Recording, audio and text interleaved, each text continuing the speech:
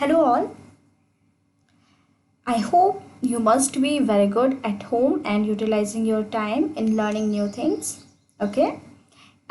So, today we are going to learn a new chapter, that is your first chapter. Actually, this is a poem in your English textbook. The poem name is Where the Mind is Without Fear, and it is written by Rabindranath Tagore.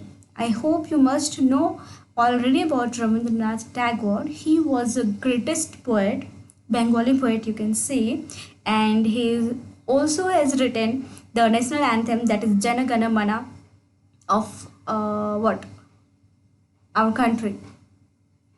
Okay. Okay, so in this poem I will explain this poem word by word and line by line. So when the poem was written, India was under the British rule and people were eagerly waiting to get their freedom from the British rule. तो ये जो poem है ये कब की poem लिखी हुई है? जब ब्रिटिश रूल थी उस टाइम की पोएम लिखी हुई है. ठीक है. The poem is written in the form of a prayer to the god the almighty for a true freedom for his country. तो रविंद्रनाथ टैगोर जो है ये जो एक पोएम लिखे ये एक टाइप ऑफ प्रेयर है. वो गॉड से ऑलमाइटी गॉड जो है उनसे प्रे करते हैं. इस पोएम में क्या प्रे करते हैं अभी हम देखने वाले हैं. And thus Tagore reveals his own concept of freedom throughout the poem, where the mind is without fear. तो रविंद्रनाथ टैगोर के अकॉर्डिंग वो कैसा चाहते हैं, उनका ये नहीं मानना है कि बस ब्रिटिश हम इंडियन को छोड़ करके वो चले जाए, मतलब हमें फ्री कर दे. नहीं, उनका सिर्फ ये कहना नहीं है जो इंडियन है वो हर तरीके से फ्री हो जाए. Freedom from you can say जो भी सोशल इनजस्टिस होते हैं या पॉलिटिकल जो हैं या फिर हमारे माइंड में जो नैरोनेस है उन सब चीज़ों से फ्रीडम की बात कर रहे हैं. वो एक मतलब फ्रीडम के बाद कैसा इंडिया होना चाहिए वो उनकी बात कर रहे हैं. ठीक है, चलो. So this is your first line, where the mind is without fear and the head is held high. So in the very first line, the poet prays to the Almighty that his countrymen should be free from any fear. उनके जो देश के लोग हैं, देश के नागरिक हैं, उनको हर तरीके से फेयर से वो दूर हो जाए, एकदम फ्री हो जाए. देखो, फ्रीडम फेयर की बात है यहाँ पर डर. ठीक है, डर किस चीज़ से? पहले की अगर बात करो, ठीक है, जब इंडिया फ्री नहीं था, ब्रिटिश रूल था, उस टाइम लोग फ्री नहीं थे. उनको फोर्सफुली उनसे काम कराया जाता था, मारा पीटा, उन पर अत्याचार किया जाता था. तो what was that? That is डर. वो डर था एक प्रकार का. तो वो उनके देश के लोग हर चीज़ से फ्री हो, स्वतंत्र हो, उनका कहना है. ही wishes that everyone in his country has his head held high in dignity. सभी लोग प्राइड, ओके, मतलब वो एकदम फ्री रहे, किसी से डर नहीं रहे और एकदम वो प्राइड में रहे. उनको खुद पर गर्व हो, उनको प्राउड हो खुद पर. In other words, according to him, a truly free country, every person should be fearless and should have a sense of self-dignity. सब इतना मतलब इतना अच्छे से सब लोग रहे हैं कि उनको खुद में एक सेल्फ डिग्निटी फील हो, वो खुद में प्राउड फील करें. Okay, next line, this is your second line, where knowledge is free. Knowledge is free का मतलब ये नहीं है कि आपका नॉलेज फ्री होना चाहिए स्कूल में, ट्यूशन में, नहीं, ऐसा नहीं है. देखो, ये लाइन समझने से पहले आप पहले इसके पहले क्या होता था, उन्होंने, क्योंकि टैगोर जो थे अपने रविंद्रनाथ टैगोर जी, उन्होंने ये जो पोएम लिखा है वो इंडिया फ्रीडम के पहले लिखा हुआ है ना. अगर उस टाइम की बात करें तो उस वक्त बहुत पार्शलिटी होती थी हर चीज़ में. ठीक है, तो एजुकेशन में कैसे पार्शलिटी होता था? जो अपर कास्ट के लोग हैं, अपर क्लास के लोग, ब्राह्मण हुए या जो भी, या रिच हुए, तो सिर्फ वो पढ़ाई कर सकते थे. बाकी जो लोअर कास्ट वाले वो नहीं पढ़ सकते थे. जेंडर में भी होता था, सिर्फ बॉयज़ पढ़ सकते, गर्ल्स नहीं पढ़ सकते थे. वुमेन को अलाउ नहीं रहता था एजुकेशन गेन करने का. तो दैट वाज व्हाट पार्शलिटी थी उस टाइम. तो यहाँ पर वो कह रहे हैं नॉलेज इज़ फ्री, मतलब नॉलेज सबके लिए होना चाहिए. It should be equal. Okay, and it should be free for everyone. That in the second line, the poet dreams of a nation where knowledge would be free.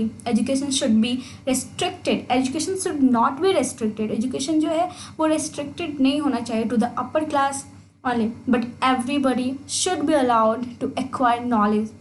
Not only that, the children should learn freely from the nature and the world around them. They should not be forced to memorize some predetermined lessons, and this is Tagore's typical concept of education.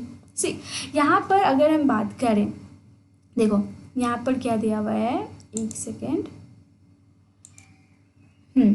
The poet dreams of a nation where knowledge would be free.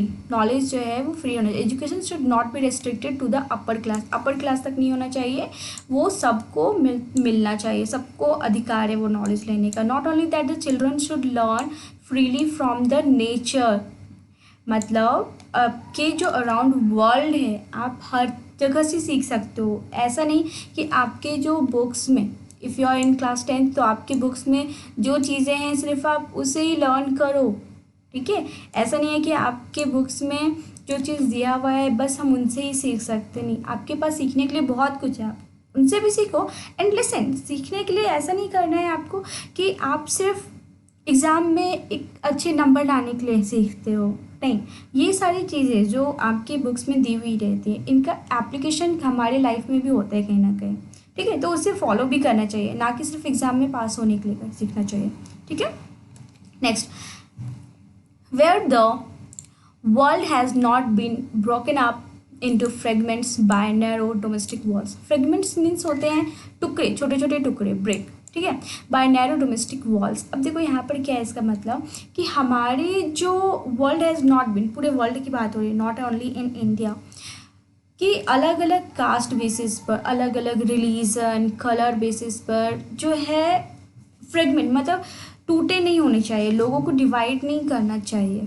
ठीक है, in the third and fourth line the poet emphasise the unity. वो unity पर force देते हैं that we all are human. हम लोग सारे इंसान हैं. एक रिलीजन, एक कास्ट, एक धर्म से पहले हम सभी एक ह्यूमन हैं, हम लोग सभी इंसान हैं. हम लोगों को यूनिटी में रहना चाहिए. He thinks there should be no division among people based on their caste, color, religion or other baseless superstitions. Okay? Now, where words come out from the depth of truth. This is your fifth line. So in the fifth line it is said that where the mind is without fear. जो poem है इसके fifth line से लिखी, इसका मतलब है Tagore wants a nation where people are truthful. जहाँ पर लोग सच बोले, मतलब झूठ नहीं बोले. अगर एक बात बताओ, अगर आपके आसपास सब लोग झूठ बोलते हैं तो आपको ट्रस्ट नहीं होगा. जहाँ पर ट्रस्ट नहीं होगा वहाँ पर यूनिटी नहीं होगा. समझ रहे हो ना? तो अगर सब लोग ट्रस्ट करते हैं एक दूसरे पर, ट्रस्ट मतलब सब लोग सच बोल रहे हैं, कितना अच्छा होगा ना सब लोग अगर सच बोले तो. They should not B superficial and word should come out from the depth of their hearts. देखो, सुपरफिशियल मीन्स होता है कि ऊपरी दिखावा, ऊपर ऊपर. जैसे कि मान लो कुछ लोग होते हैं ना, ऊपर ऊपर आपकी तारीफ़ करते हैं लेकिन उनके मन में कुछ और ही रहता है. राइट, तो ऊपर ऊपर हमें दिखावा नहीं करना चाहिए कि हाँ झूठ सच बोल रहे हैं ऊपर ऊपर. दैट इज़, मतलब ऐसा सच बोलना चाहिए जो हमारे दिल से डायरेक्ट हो, जो अपने डेप्थ ऑफ हार्ट से निकले, वैसा सच हमें बोलना चाहिए. ठीक है, दिखावा नहीं करना चाहिए. Next line is your sixth line. That is where tireless striving stretches its arms towards perfection. In the sixth line of the poem देखो, टायरलेस स्ट्राइविंग जो वर्ड्स है, टायरलेस स्ट्राइविंग इसका मतलब क्या होता है? Continuous efforts and struggle. And stretches its arms इसका मतलब क्या हुआ? Aims at achieving a goal. See, so in the sixth line the poet wants everyone to work hard to reach their goal and in the long run to reach perfection. जो poet है रविंद्रनाथ टैगोर जी, वो चाहते हैं कि सभी लोग बहुत hard work करें. हार्ड वर्क ये नहीं कि आप सिर्फ लेट सपोज कि आपने एक अपने सीढ़ी, घर की जो सीढ़ी है बस उस पर सुबह से लेकर रात तक ऊपर नीचे ऊपर नीचे ऊपर नीचे कर रहे हो बिना किसी गोल के. This is, you will say that हाँ ये हार्ड वर्क है, बट नो, आप अगर हार्ड वर्क कर रहे हो तो आपका एक गोल होना चाहिए और एक डायरेक्शन होना चाहिए. आप उस डायरेक्शन में हार्ड वर्क करो. ठीक है, अपने गोल को तक पहुंचने के लिए. ओके, एक परफेक्शन के साथ. कोई बात नहीं, एक बार में कोई भी परफेक्ट नहीं होता है. आप बार बार गलतियां करते हो लेकिन अपनी गलतियों से ही सीखते हैं, है ना? जैसे कि अगर आप एग्जांपल हो चाय बनाने के लिए, जब आप फर्स्ट टाइम चाय बनाते हो मे बी उस टाइम शक्कर ज़्यादा हो जाता है या पत्ती ज़्यादा हो जाती है, दूध कम, कुछ भी हो सकता है एनीथिंग। लेकिन जब आप बार बार बनाते हो तो आपको आइडिया हो जाता है, ओके इसमें इतना शक्कर, इतना दूध, इतना चीनी, इतना पत्ती, मतलब क्या कितना क्वांटिटी पड़ेगा आपको आइडिया हो जाता है।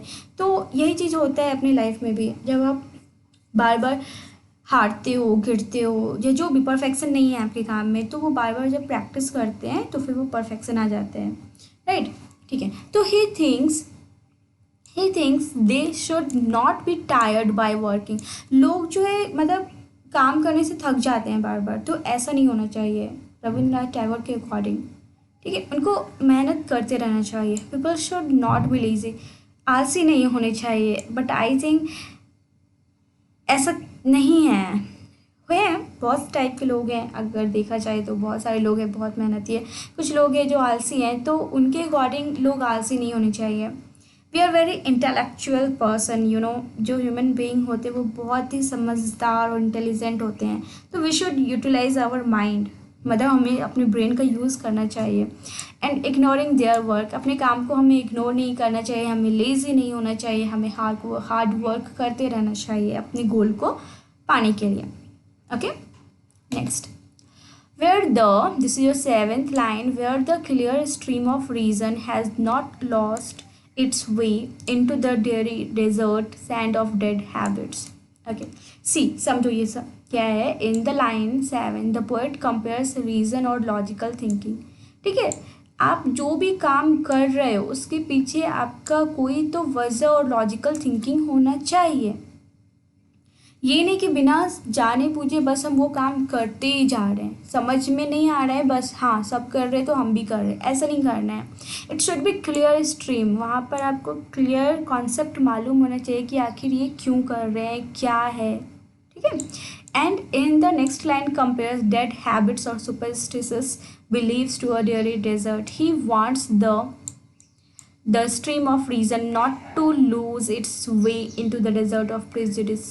In short, people's thought should be monitored by rational thinking, not by superstitions. Logic should rule over old baseless beliefs. देखो यहाँ पर इसका मतलब क्लियर ये है कि आप अंधविश्वास, सुपरस्टिशस, बहुत सारे लोग पहले होता था, मे भी अभी भी होता, मुझे मालूम नहीं है, बट अभी भी होता है या पहले भी जो होता था, लोग अंधविश्वास को बहुत फॉलो करते थे। मतलब बिना समझे बिना जाने बस कर रहे हैं वो चीज़, एक दूसरे को देख देख कर रहे हैं। तो you are young age, right. अभी जो आप सीखते हो ना, ये अभी आपका लर्निंग का एज है। अभी आप खुद मतलब थोड़े बहुत समझदार हो, आपको लगता होगा शायद आप बहुत समझदार हो, बट ऐसा नहीं है, आप थोड़े बहुत हो, और होप सो आप और भी समझदार हो जाओगे एक एज के बाद। ठीक है, क्योंकि एक एज के बाद मैं इसलिए बोल रही हूँ क्योंकि बहुत सारी एक्सपीरियंस करते हो आप लाइफ में, तो इसलिए। ठीक है, और जो आप खुद समझदार और आपके जो एल्डर्स हैं आपके आसपास वो भी समझदार, तो उनकी समझ से और आपकी समझ से आप कुछ नया सीखते हो, एक्सपीरियंस करते हो, जो आपके फर्दर जो आपकी लाइफ है उसके लिए बहुत हेल्पफुल रहता है। तो आप क्या सीख रहे हो अभी वो बहुत ज़्यादा मैटर करता है, इट मैटर्स अ लॉट, अगर आप भी ऐसी अंधविश्वास चीज़ों पर भरोसा कर लोगे तो आप भी आगे चलकर वही अपनी ज़िंदगी भर करोगे और शायद अपने बच्चों को भी यही सिखाओगे। समझ रहे हो? तो इसीलिए इस पोएम के थ्रू शायद आपके जो मतलब एजुकेशन है आपको ये सिखाना चाहते हैं कि ये सारी चीज़ें गलत है। ठीक है, हमें रैशनल थिंकिंग करना चाहिए, हमें रीज़न और लॉजिकल थिंकिंग रखना चाहिए कि आखिर कोई चीज़ है तो क्यों है। ठीक है, चलो ओके। देखो यहाँ पर मैंने एक एनिमेटेड लगाया हुआ है कि एक बाबा जी है और एक बच्चा है स्कूल का। बाबा जी बोल रहे हैं कि हाँ ये चैंटिंग करो इस मंत्र को और फिर तुम एग्ज़ाम में पास हो जाओगे। डू यू थिंक ऐसा हो सकता है? 3 इडियट मूवीज आपने देखी होगी, है ना? तो 3 इडियट मूवी में क्या था, वो नाग देवता को मैं रोज़ 1 लीटर दूध चढ़ाऊँगा, मैं बस पास हो जाऊँ। तो do you think it works? अगर ऐसा होता तो फिर एटलीस्ट सारे बच्चे शायद पास करते हो, कभी फेल होता नहीं, है ना? ऐसी कोई बात नहीं, ऐसा नहीं होता है कुछ भी। Okay, next, where the mind is led forward by the into ever widening thought and action. इसका मतलब। So in line 9 and 10 the poet wishes his countrymen to be progressive and broad minded. Rabindranath Tagore जो है वो चाहते हैं कि जो हमारे लोग हैं, ठीक है, वो ब्रॉड माइंडेड हो, वो नैरो माइंडेड नहीं हो। जो पुराने चली आ रही सभ्यता है तो उनको फॉलो करनी नहीं, उनको कुछ नया भी सीखना है और वो प्रोग्रेस करें। अगर मान लो आप वही पुरानी घिसी पिटी चीज़ों को करते रहोगे तो कुछ नया डेवलप नहीं कर पाओगे ना। तो आप प्रोग्रेस नहीं कर पाओगे ऐसे में। तो आपको ब्रॉड माइंडेड बनना है, प्रोग्रेस करना है लाइफ में। He wants that their minds are led forward to ever widening thought and action by the almighty. Sorry. In short, we should be open-minded and do something unusual, extraordinary, overcoming narrowness of our mind. Okay. हम लोगों को कुछ ऐसा करना चाहिए extra ordinary जो हमारे narrowness जो माइंड के हैं उसको कम करे। जैसे कि मैं एक एग्जांपल देती हूँ आपको, सती प्रथा, you know very well. Do you think it was good? Obviously आप बोलोगे नहीं, बिल्कुल भी वो सही नहीं था। क्यों? क्योंकि आप वो चीज़ सीख गए हो, आप ये चीज़ सुनते हो। लेकिन सोचो ज़रा 2 साल पहले, उस टाइम तो ये बहुत कॉमन था लोगों के लिए कि हाँ सती प्रथा होना है, सब लोग करते थे समाज में, सोसाइटी में। पर कुछ लोगों को ये अनयूजुअल लगा, उनको कुछ समझ में नहीं आया कि इसमें कोई लॉजिक नहीं है, ये क्या था, वो एकदम बहुत ही अलग चीज़ था सती प्रथा। उन लोगों ने इस चीज़ को बहुत प्रोटेस्ट किया, बहुत बहुत सारी चीज़ें हुई थी, आपको हिस्ट्री मालूम होगा। और फिर वो धीरे धीरे ख़त्म हो गया, है ना। तो वो क्या था, एक नैरोनेस था माइंड का, हमारी सोसाइटी का, जो कुछ लोगों ने मिलकर उसे दूर कर दिया। तो आपको भी कुछ ऐसा ही करना है, ठीक है। Next, into the heaven of freedom, into the heaven of freedom my father let my country awake. So in the final, okay wait, it is given heaven of freedom means condition of total freedom of good thoughts. Okay, heaven of freedom का मतलब यहाँ पर कह रहे हैं, meaning है आपके text book में दिया हुआ, good thoughts, good words and good deeds while respecting those of others.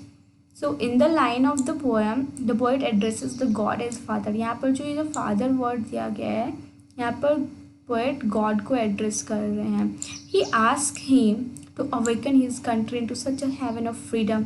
वो उनसे रिक्वेस्ट करते हैं, उनसे प्रे करते हैं कि हमारे जो लोग हैं उनको मतलब आप हेवन ऑफ फ्रीडम में चेंज कर दो। हेवन ऑफ फ्रीडम मतलब सारे लोग जो हैं, जितने लोग, उनके गुड थॉट्स हो, उनके गुड वर्ड्स हो, गुड डीड्स हो, अच्छे कर्म हो, हर चीज़ अच्छा हो। मतलब where the above condition meet, और जहाँ पर ये सारे अभी जो प्रीवियस जो हमने स्लाइड में देखे, प्रीवियस सेंटेंस लाइन में, वर्ड्स में जो दिया हुआ था कि उनका कंट्री कैसा हो आफ्टर, जब ब्रिटिश चले जाएंगे उसके बाद कैसा हो, वो सारी चीज़ें अगर मिल जाती है तो that is what a heaven of freedom. Okay, hope so आपको ये पोएम समझ में आ गई होगी अच्छे से। कोई डाउट होता है तो आप पूछो। This is your theme of the poem, यहाँ पर मैंने लिख दिया है, थोड़ा शॉर्ट है। So in this poem where the mind is without fear, the poet Rabindranath Tagore prays to the Almighty to lift his country to a state where freedom would be felt and enjoyed. This poem was written when India was under the British rule, so he wanted his country to get freedom from the hand of the external rulers. He prayed to the God to make his country a place where the mind is without fear and the head is held high. Moreover, people should be knowledgeable, rational, truthful, hardworking, and broad-minded to make his nation achieve true freedom. So this was the theme of the poem. Hope so you understood this poem. Okay, next अभी हम लोग सीखने वाले हैं कुछ questions and answers.